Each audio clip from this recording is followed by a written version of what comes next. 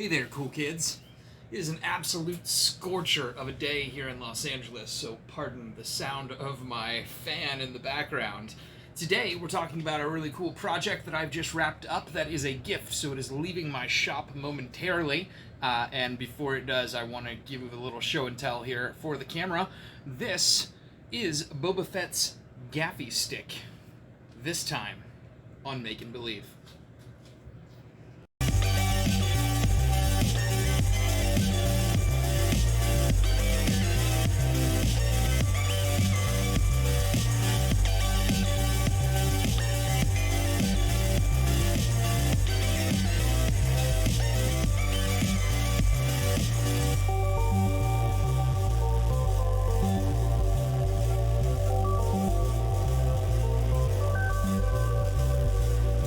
Right, so like I mentioned, this is a gift for a cool friend of mine who is really into Boba Fett, has some of the costume materials, and I thought this would be just the perfect piece to add to his collection. But before we dive too far into this, let's just talk briefly about staffs in general. I've made many of them. You may have seen some on some of my past videos. If not, you should check them out. I will try to remember to drop a card so that you can see them.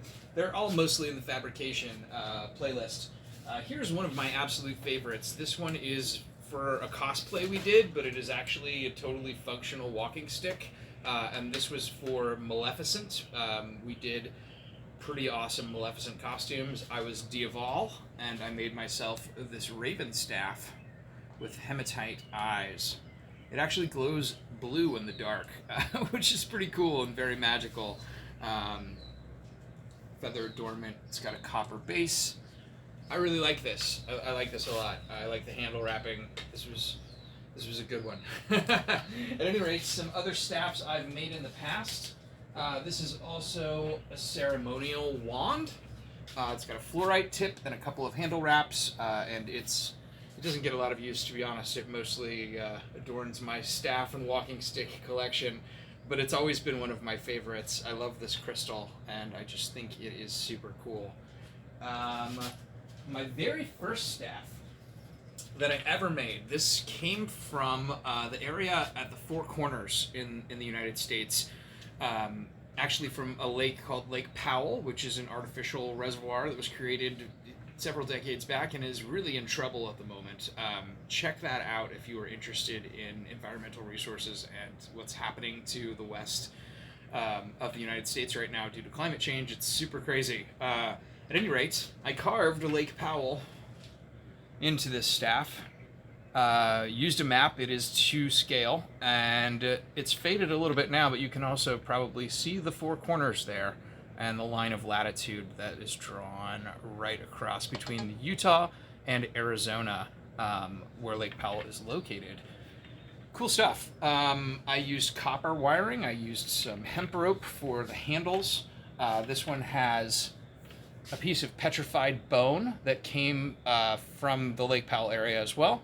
And it's all sun damaged at this point in time, but there is a glow-in-the-dark compass, one of those water float ball compasses at the top. I love this staff. It kind of makes me feel like a shaman. I also carved the Scottish Gaelic word gradeich, which means love, into the top here, and I actually have hollowed it out pretty good. I'm going to eventually pour molten copper, I believe is the plan, after I coat it so that it won't damage the wood, and make copper letters in that engraving when that's finished. And you can see there's another blank panel on the back, and I also have two blank panels down in this lower section. This is like a lifelong project. This is my first walking stick that I ever made, and I'll probably never stop working on it. So one of my absolute favorites. One more to show you before we dive in. To talk a little bit about carving skill and how much of a practice that is. This is my snake staff. This is also one of those lifelong work in progress pieces. And as you can see, a great deal of time, effort, energy, blood, sweat, and tears has gone into the production of this staff. Over several years, this wood also came from the Lake Powell area. One of my favorite absolute pieces ever. I love the way that the tongue kind of like playfully emerges from the snake's mouth. And eventually, in the eye sockets here, I do plan on putting small jewels. I'm not sure which ones yet. I'm sure they'll come to me at the right time when it's ready to finish that part of this piece. In fact, I got to get back on this. This is a great piece. But I learned a lot by doing this, a lot by hollowing out certain areas and highlighting others and bringing relief and negative space into a physical wooden object. Stuff that I haven't really done traditionally in some of my other projects. I've made a lot. One of my favorite wedding gifts, in addition to like a actual wedding gift to give to a couple that I know that is getting married, are walking sticks. I'll carve them from my mulberry tree, which replenishes year after year, and I'll make them usually for the couple, for each of them, from the same piece cut in half. So it kind of represents their walk through life, and the two of them becoming one branch of their family line. And I don't know, I've always really liked doing that. So, but that's the carving involved in those is mostly just removal of the bark, sanding and smoothing, staining, varnishing the wood. It's nothing nearly as involved in this, or as involved as this Gaffi stick. So let's talk about that piece next. Now, normally in the past, I would have used my Navy knife to do most of the bark removal and most of the relief carving of a staff. However, that was unfortunately recently stolen out of my car. It was vandalized in the middle of the night. Someone walked away with my knife, and it's gone forever. So I have recently replaced my Navy knife with this small kukri, which is pretty cool. It actually gives me a multiple of edges to use. I like this interior edge right here. I don't put my finger up here in the finger notch like some people might. I'm a much more cautious person with my fingers, especially when I'm carving pieces of wood. But I do like this inner edge here, and it's got a nice fat blade width to the blade on the back for my thumb that it doesn't really dig in too much while I'm carving. This edge is also nice for long strokes for removing bark and doing the initial work. But when it comes to actually getting in there and shaving finely, I like this inside edge for this knife. This knife actually came as a part of a 2-pack with this axe. And the axe also, it works really well for, basic hatchet work. When I'm preparing a fire and I need kindling. Both of these products were by WorkPro, so if you want to Google that, I'm pretty happy with them, and they're both full tang, which is great. And that comes to my next point about knives. You might have a really cool knife that's like a lock blade, or even something ergonomic where you can stick your finger through. If you don't have a full tang, I wouldn't use it for carving, because the possibility of this blade snapping while you're exerting heavy force on a piece of wood, it's just too great. So as cool as these knives are, and as nice as they can be to get into fine detail spaces, I wouldn't recommend using them. Find something with a full tang and use that instead. That being said, I'm about to break my own rule. I do have this tiny little lock blade knife that's actually called a little guppy that I've had for, gosh, this was a gift from a good friend of mine a decade at least ago, and I still have it. It still works just fine. And this tiny little blade really does allow me to do some awesome detail work when it comes to like carving out little tiny things like the eye sockets for that snake staff. So I do use that occasionally, but it's not by any means my primary blade. And since we're talking about knives, sneak peek at a future video, I just got a new kitchen knife that I now use for every meal, for every part of every meal. It is my absolute favorite. Watch for a technology review on this knife coming out in the next month or so. But let's talk about that Gaffi stick. Right, so let me just first and foremost say how much I love this piece. It came out just exceptionally well. The carving was really difficult, especially on the head here.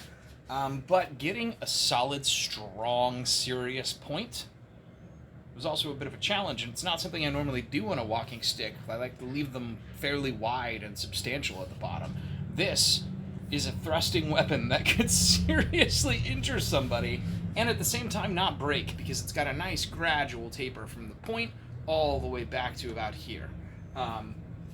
You can see it's nice and shiny and glossy. It's got 3 coats of dark cherry stain, followed by a coat of varnish. It's water-based polyurethane to give it a really nice feel and to protect the wood. With proper care, this should last a lifetime, especially just displaying it on his collection shelf. I love this pike at the end here. I love the detail work of the The head? The head is actually based on a weapon called the Titokia. And the Titokia is a traditional Fiji warhammer.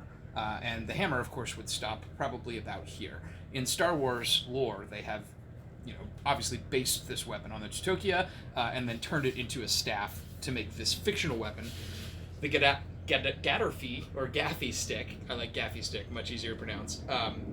That has both the pointed end and the head.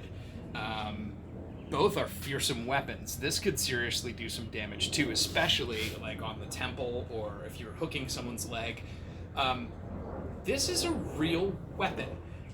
One of the things I noticed when I was watching, The Mandalorian, but particularly the book of Boba Fett, during the training sequence where he used his training staff and his master was using the more traditional Gaffi Stick, is that this is a real weapon, and that these artists that were using them, particularly Tamura Morrison, who plays Boba Fett in the series, are actual martial artists with serious staff skills. And as I brought this weapon to life with my limited staff combat skills, I quickly learned that this is pretty brutal, and the combinations you can effect with this weapon are very effective in long-range hand-to-hand combat.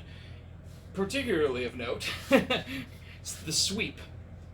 Using the head and the spike, you've got Achilles reach right there. You can actually hook and pull.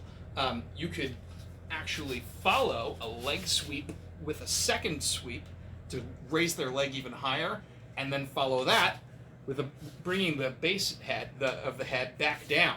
There are so many combinations, the spin techniques that happen with this staff, like almost naturally when you start to pick it up and wield it. This was a weapon made to be used, and it's just kind of crazy to me that it came out of a fictional universe and never existed before somebody took two warhammers and kind of fused them together into this Gaffi Stick. It's very cool. The other weapon, besides the Titokia, is actually an East African weapon, a Swahili weapon. It's called a rungu, and that's what you see Boba use in training. It's more of the rounded club, and it doesn't have the spike head on it. Those two weapons combined with a staff, a pointed staff, make the Gaffi Stick, and I just think this is absolutely cool. The head of the Titokias were actually based on a fruit. I believe it's called the Pandurus. I'll write it out there when I edit the video because I may be saying that wrong. But it's very cool. It kind of looks like a pineapple to me. And it's called the Bearded Head Club in modern English. So at any rate, I think this is really cool. This was a really challenging piece to carve. This is a really challenging piece to bring to life. And when it came to life, it's alive. It's just absolutely magical, and it really wants to be used. I really enjoyed this build. I hope you enjoyed this little review session. I'm going to wrap this up with some brown paper and some string and present it to my friend tomorrow. So I will see you next time on Make and Believe.